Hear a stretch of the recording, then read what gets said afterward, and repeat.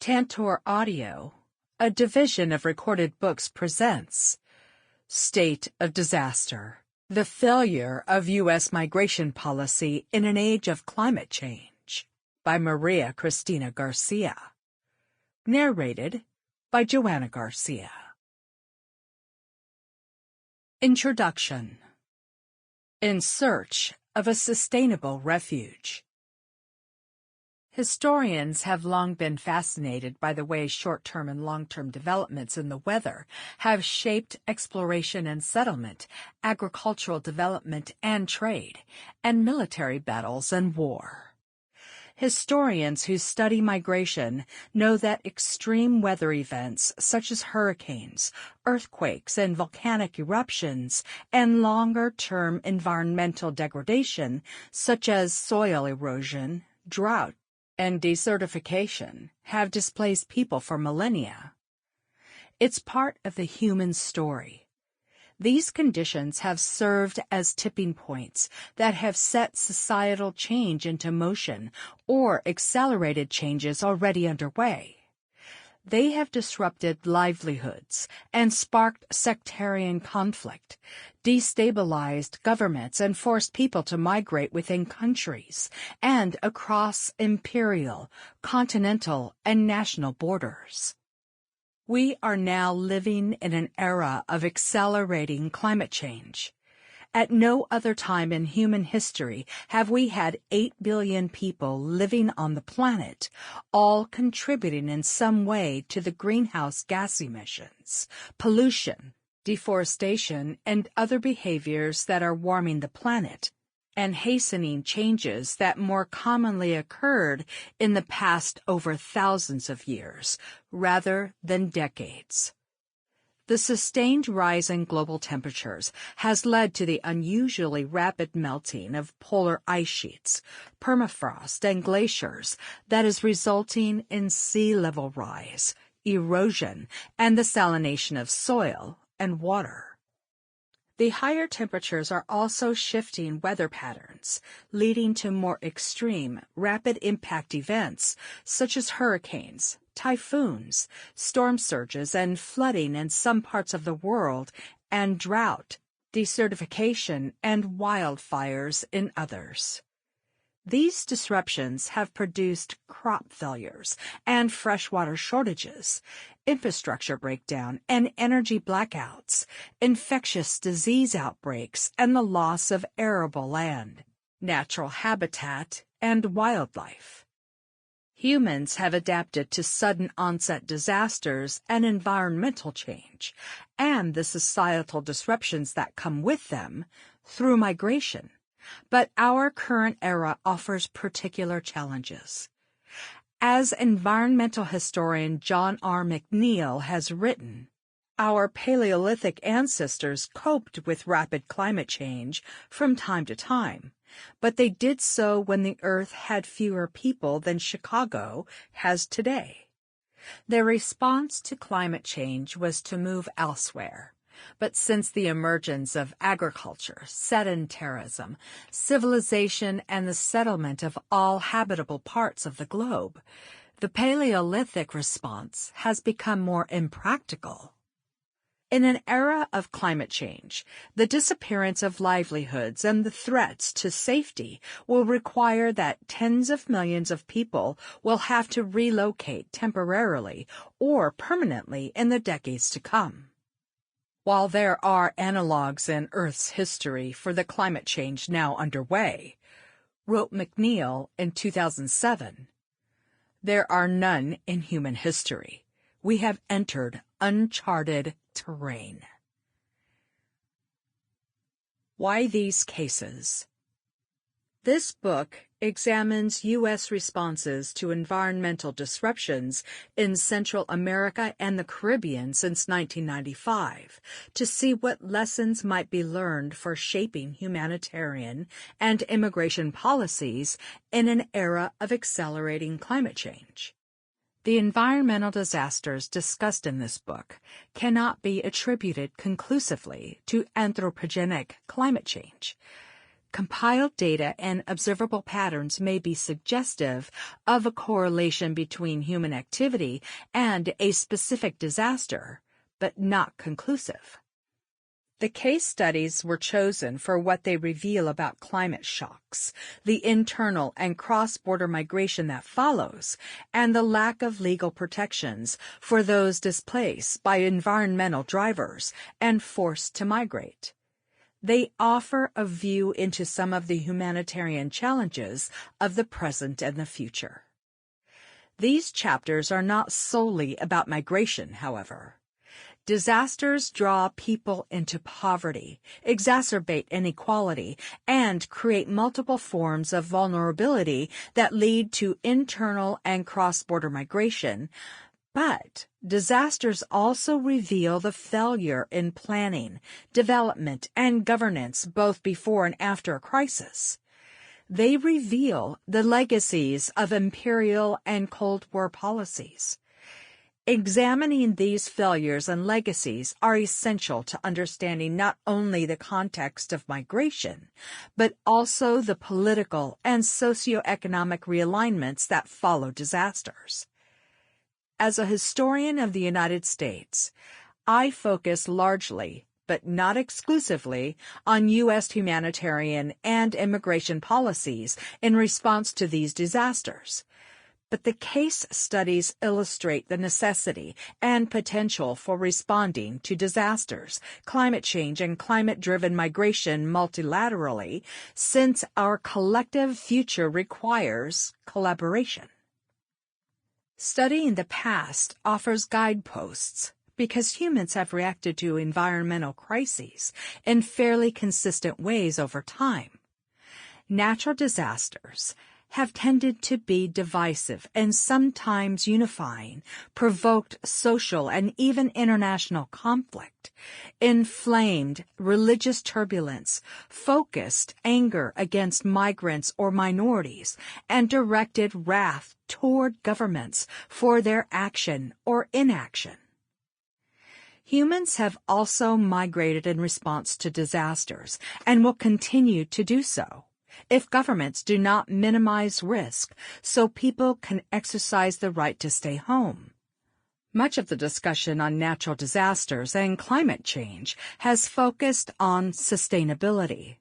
That is, the limiting of humans' negative impacts on the environment, and resilience, the adaptation of life to limit the environment's negative impacts on human activity.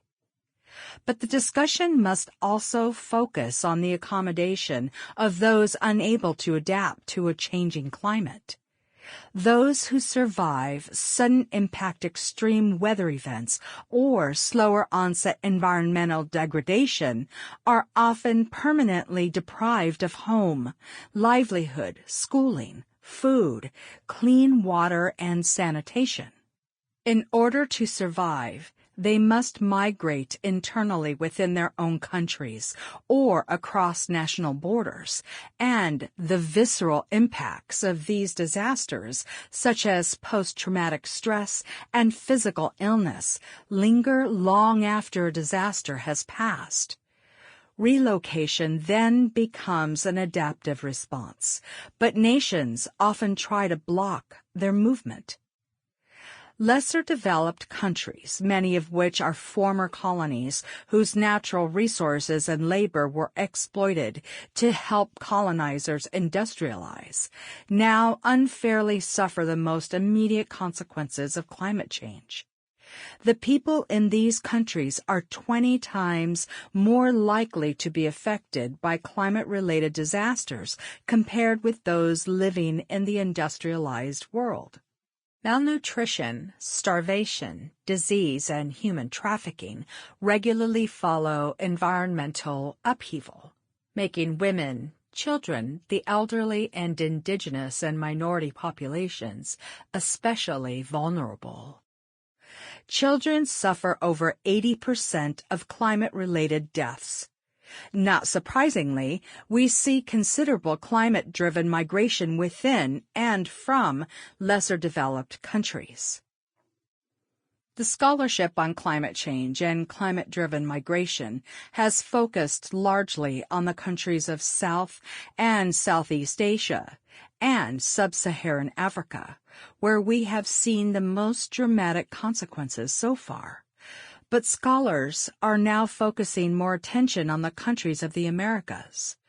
The Caribbean and Central American countries and territories I discuss in this book, Montserrat, Nicaragua, Honduras, the U.S. Virgin Islands, and Puerto Rico, are responsible for only a tiny fraction of the world's carbon emissions. But climate change has already affected their agricultural production, urban and rural infrastructure, public health, and local and state economies. Geography has made these places particularly vulnerable to sudden onset disasters like hurricanes, earthquakes, and volcanic eruptions. But so too has coloniality, weak governance, indebtedness, short-sighted development policies, and a wide range of non-state actors. Governmental responses often layer disaster upon disaster. Consequently, while most people displaced by disasters around the world have thus far remained in their own countries, Central America has seen among the highest rates of cross-border migration. Drawing on legislative and governmental records, the reports and studies of non-governmental agencies and newspapers, photographs, and interviews, I have tried to write a history that examines disasters in the Caribbean and Central America and the migration that followed from the perspective not just of the policymakers and aid workers who responded to the crises, but also of those who experienced the upheaval on the ground. I examined the policies that exacerbated these so-called natural disasters, shaped domestic and international responses, and changed societies in their wake. The challenges faced by these 5 countries and territories are in many ways illustrative of the challenges faced by other countries of the Western Hemisphere. There is general consensus that nations must offer humanitarian relief to populations affected by sudden onset disasters, such as hurricanes and earthquakes, and, if necessary, assist with the temporary or permanent relocation and resettlement of those left homeless. There is no consensus, however, on how to respond to slower onset disasters, such as drought and water shortages, or policy-driven disasters, such as deforestation, acidifying oceans, and toxic waste. These policy-driven disasters, produced by governmental, military, and industry actors, are what Rob Nixon has called a slow violence. A violence that occurs gradually and out of sight, a violence of delayed destruction that is dispersed across time and space, an attritional violence that is typically not viewed as violence at all, and is underrepresented in strategic planning as well as in human memory. These slow-onset disasters have also displaced people and driven them to migrate, as this book discusses. But nations have blocked their movement. Immigration policies worldwide offer few accommodations for those migrants who don't fall neatly into traditional and prescribed legal categories. As climate change accelerates and environmental disruptions become more violent and frequent, migration across the Americas, and not just from Central America and the Caribbean, will likely increase, and the migrants will follow the historically well-established routes that are the product of geography, cultural and language affinity, and the integration of economic markets. The nations of the Western Hemisphere will have no choice but to respond to this mass migration of people forced to move for economic and cultural survival.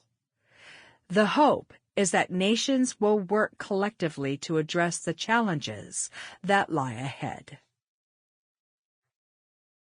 Are they refugees?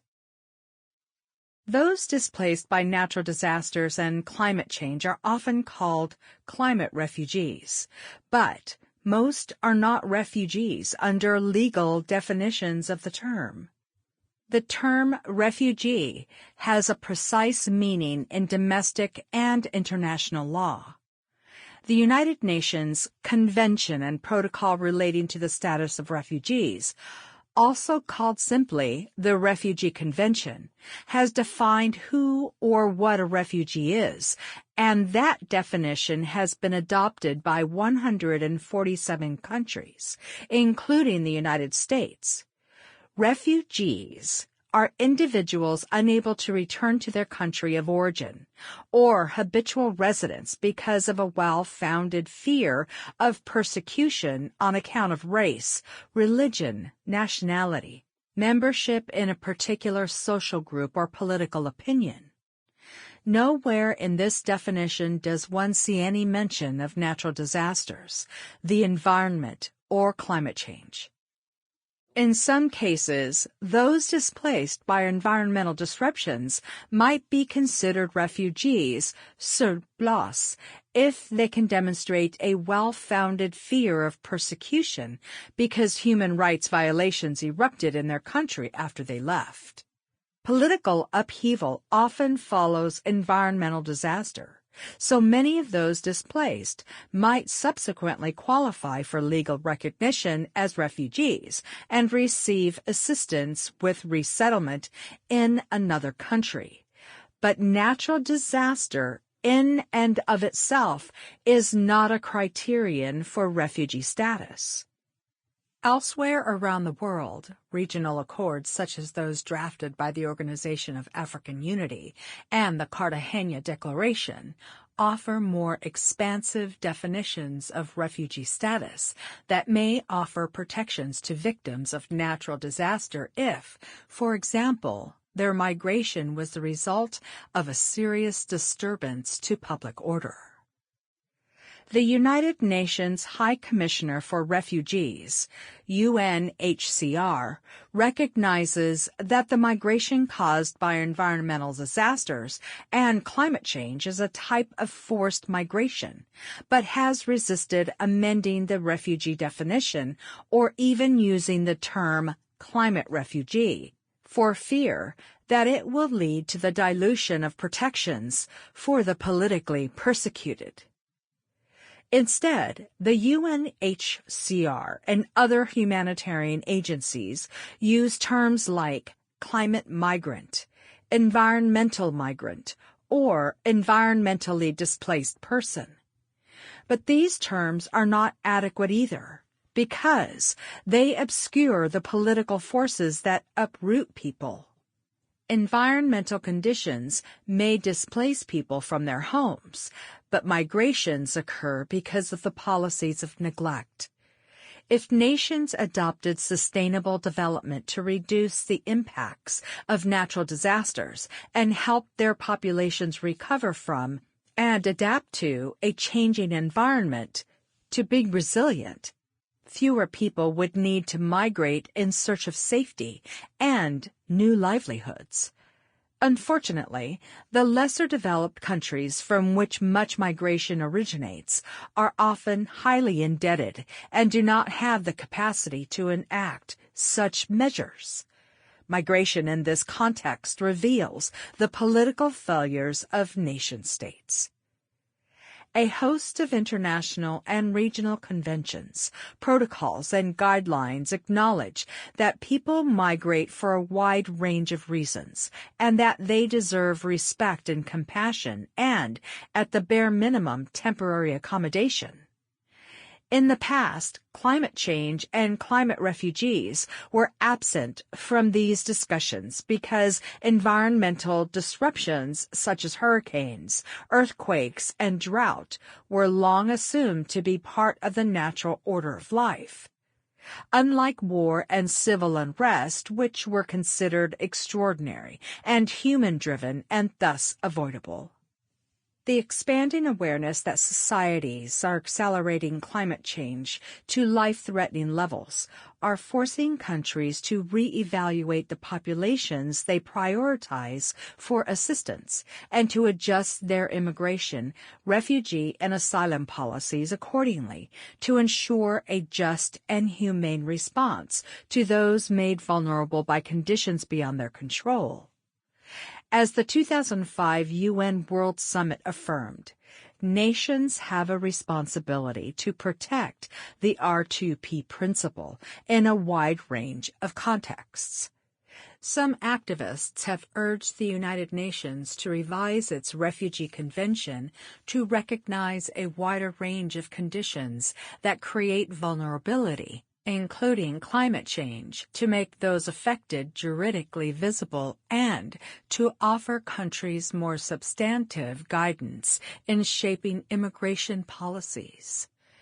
As legal scholar Simon Berman has noted, the term refugee has been flexible in the past, in both legal understanding and popular usage, and could be reconceptualized once again. Like the UNHCR, the International Organization for Migration has viewed such a revision as unnecessary and instead has urged countries to draw on existing humanitarian, human rights, and refugee law to offer complementary protection to those displaced by disasters and climate change. Either course of action would be an important acknowledgement that those displaced by climate change have rights and deserve recognition and assistance. It would also help nations define their duties to those who pass through or try to settle in their countries. The rights of migrants and the duties of nations. Most people displaced from their homes because of environmental disasters remain in their country of origin or in the countries that border them, but over time are forced to travel longer distances. Humanitarian agencies have long monitored this internal and cross-border migration. The International Red Cross and Red Crescent reported an exponential increase in disaster-related displacements over the course of just 3 decades, from 275,000 in the 1970s to 1.2 million in the 1980s to 18 million in the 1990s. More recently, the Internal Displacement Monitoring Center reported that during an 8-year period, 2008 through 2015, over 203 million people were temporarily or permanently displaced from their homes because of flooding, earthquakes, tropical storms, volcanic eruptions, and other natural disasters. While they monitor displacement, humanitarian organizations also underscore the impossibility of forecasting the actual number of people who will be displaced by climate change in the future, because so much depends on how nations respond moving forward. What these organizations know for sure is that at present, most countries offer climate-driven migrants few legal rights, protections, or accommodations. As early as 1990, the Intergovernmental Panel on Climate Change warned of the likelihood of large-scale migration.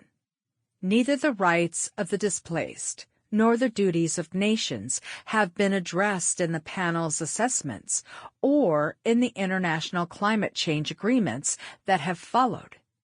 Human rights advocates have called for clearer guidance on these issues as a matter of social and restorative justice. The developing countries from which migration originates are on the front lines of a crisis that developed nations created through their voracious extraction and consumption of fossil fuels. As one development specialist noted, allowing the world's most prolific carbon emitters to ignore the mass displacement of other people would threaten the equality principle of global law. The UN's Convention and Protocol relating to the status of refugees outlines the rights of refugees and the responsibilities of nations to refugees and asylum seekers, but climate migrants can receive legal recognition as refugees and asylees, and the opportunities for permanent resettlement that come with such status, only if they meet whatever criteria are listed in national statutes. Nations determine who is eligible for refugee status and asylum based on interpretations of their own statutes, but in signing the Refugee Convention, countries have theoretically committed themselves to the principle of non-refoulement, not returning asylum seekers to dangerous and repressive conditions. Non-refoulement is regarded as the most fundamental of rights. Those displaced by environmental disaster are not included in the UNHCR's mandate. But Antonio Guterres, UN High Commissioner for Refugees from 2005 to 2015, and later UN Secretary General, has reminded national leaders of the human imperative to assist those displaced by climate change.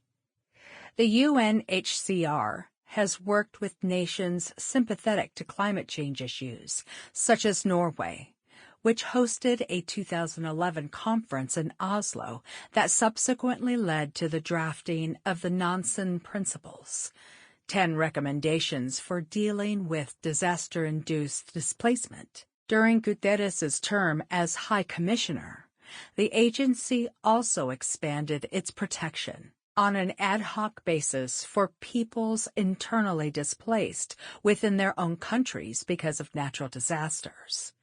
The United Nations has affirmed that its non-binding guiding principles on internal displacement covers climate-induced displacement.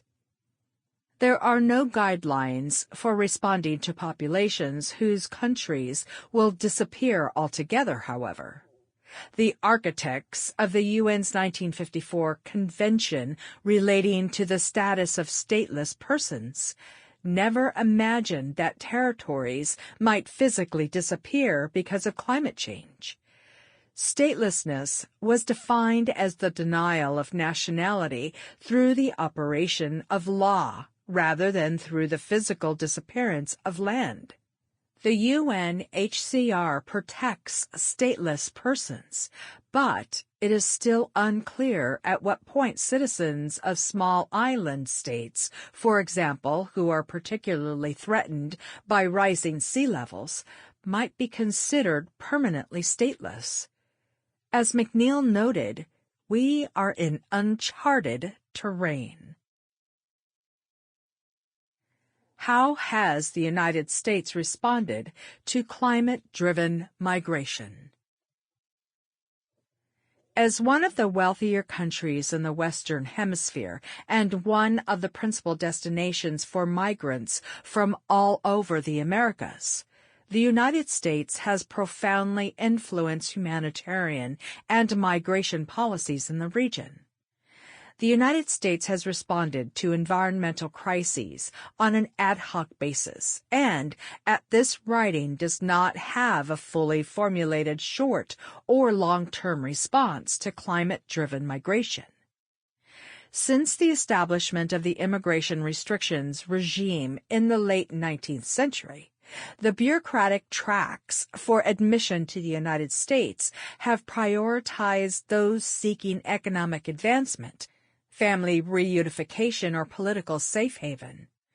Those who enter the United States as immigrants and temporary workers are generally viewed as economically driven, while refugees and asylum seekers are said to be politically driven. These distinct tracks fail to recognize that more often than not, migration is multi-causal, produced by a wide and complex range of intersecting drivers that often make it impossible to pinpoint a sole cause for migrating. The environmental drivers of migration are often obscured in the reports of the U.S. immigration bureaucracy. It is only when scholars have conducted Sample complete. Ready to continue?